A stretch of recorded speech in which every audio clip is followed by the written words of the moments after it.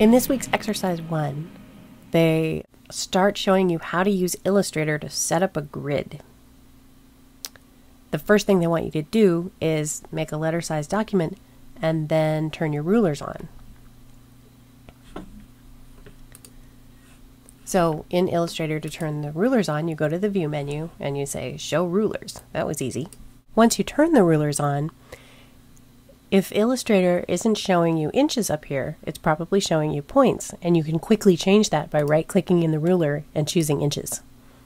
When they talk about the origin point, they're trying to point out that way up here, your 0 point starts at the bottom for the left ruler, and it starts at the left edge for the top ruler. And what they're trying to show you how to do is reset it so that it starts up at the top edge, and so you have 0 up here for both rulers. To do that, you just grab right inside this little square at the top left corner of the window, and you pull until you see that you're intersecting with the corner of the document, and then you let go.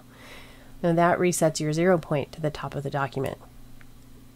For step 3, they're asking you to pull guides from the document rulers to specific places. So the first one is you're supposed to pull it down to 5 inches, and you measure that against the left edge of the page.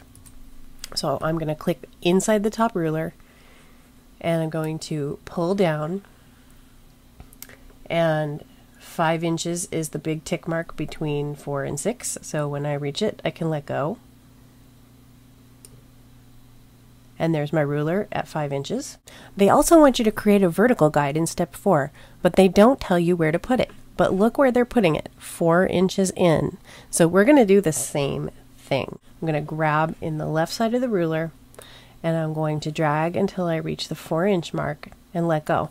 Now, if you accidentally move the ruler too far, you can use the Move tool, grab it, and pull it back to where you want it. You can also click on it like this, where it's highlighted, and you can press the delete key on your keyboard to get rid of it, and then you can pull a new one. So if you mess up, just do it again, no big deal. In exercise 2, they want you to make a straight line, and for that you're going to use the line segment tool. But what they also want you to do is to use default color chips of black and white. That's what the default color is.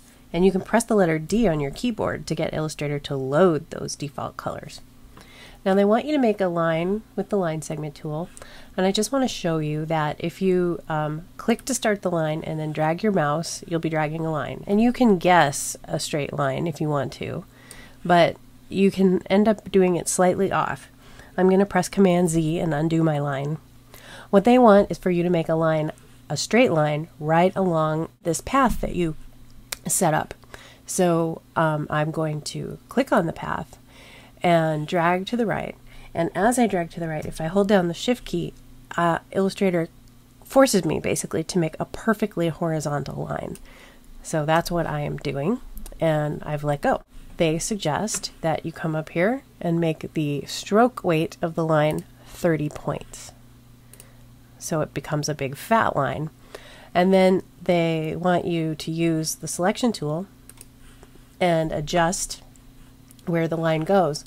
The front end of the line should be about 1 inch into the document. Now I'm going to scoot up here so that you can see what I'm doing. If you grab this edge of the line with the selection tool, see how the cursor changed so that the arrows point both directions? I can drag the edge of this line either way now.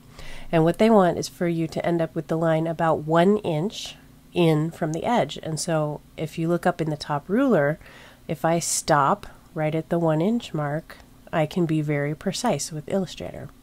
And they said it's okay for the right edge to go clear off the end of the document, so I'm going to leave it there. At the end of exercise 2, they want you to deselect the line you just made. To do that with the Move tool, or the selection tool rather, this black arrow, all you have to do is click anywhere else that there is no artwork. Now they want you to create type with the Type tool. So you grab the letter T over here, that's the Type tool, and they are suggesting that you use Gill Sans for the font. Now, I have different fonts than you're going to have, but I'm looking for it.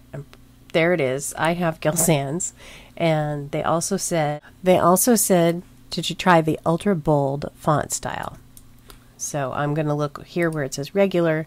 I don't have ultra bold, but I have bold. Now, if you don't have Gill Sans at all, then I suggest you work with a big, thick font. Something like Impact maybe would be available on a Windows computer. And if you would like to see the name of the type in the font, you can come up here to Type and go to Font. And then you can see what the big, thick fonts are. Arial Black would work, Black Oak. What did I say? Impact.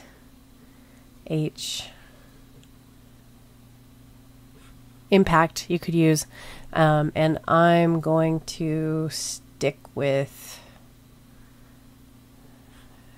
Gill Sans and bold. So once you've selected your font and you've got the type tool, then click anywhere on the screen. Don't drag, just click. Then you're going to type Grid Systems.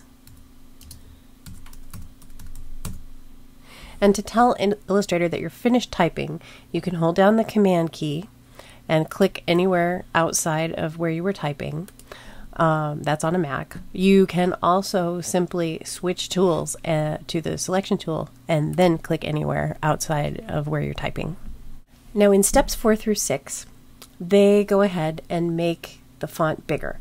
So with the selection tool, that's the black arrow, you would click on the words that you typed, and they chose a weight of 44 points. I'm going to go with 48 since I used a less bold version of the font, but you can decide for yourself what you want to use. And then they wanted you to position your type so that the baseline of the letters, that's where the majority of the bottom of the letters rest, not where the descenders go underneath it, but just the bottom of the regular letters. They want you to put that right on the black line, or just within it. So really touching it. And then they suggest that you leave the letter S just to the right of this vertical line that you made. In step 7, they're asking you to edit the kerning. Kerning is the space between letters in a word, and what they did in their example is they increased the amount of space between the letter R and the letter I in the word grid, so that it was more visually the same as between the other letters, like between G and R and between I and D. First, I'm going to get the zoom tool, and I'm going to really zoom in to my letters. And I have the same issue where my R is too close to the letter I compared to the other letters. And then let's look at this word systems. This is a little better, but I might want to decrease the space here between the S and the Y. I also might consider changing the space between the S and the T. Even though the edge of the T and the S are about the same distance as the edge in the T and the E, it looks bigger because the edge sticks out and it makes this big white spot right here. So the way you do this is you grab your type tool and you click with the type tool in between some letters so that you get a flashing cursor in between the letters. And then you can hold down the Alt key on Windows or the Option key on Mac. It also says Alt on your keyboard. And you're going to use the left and right arrow keys on the keyboard. So I'm going to hold down Alt right now, and then I'm going to press the right arrow, and it will increase the amount of space that is between the R and the I. So when I get it to where I feel it looks right, I will stop. And then I release the Alt key, and I can scoot over and experiment with does it look better to have more or less space between those letters or any of the other letters that bother me. So you adjust these to your preference, and when you're finished, you may need to remove your word so that the S is once again even with that vertical guide.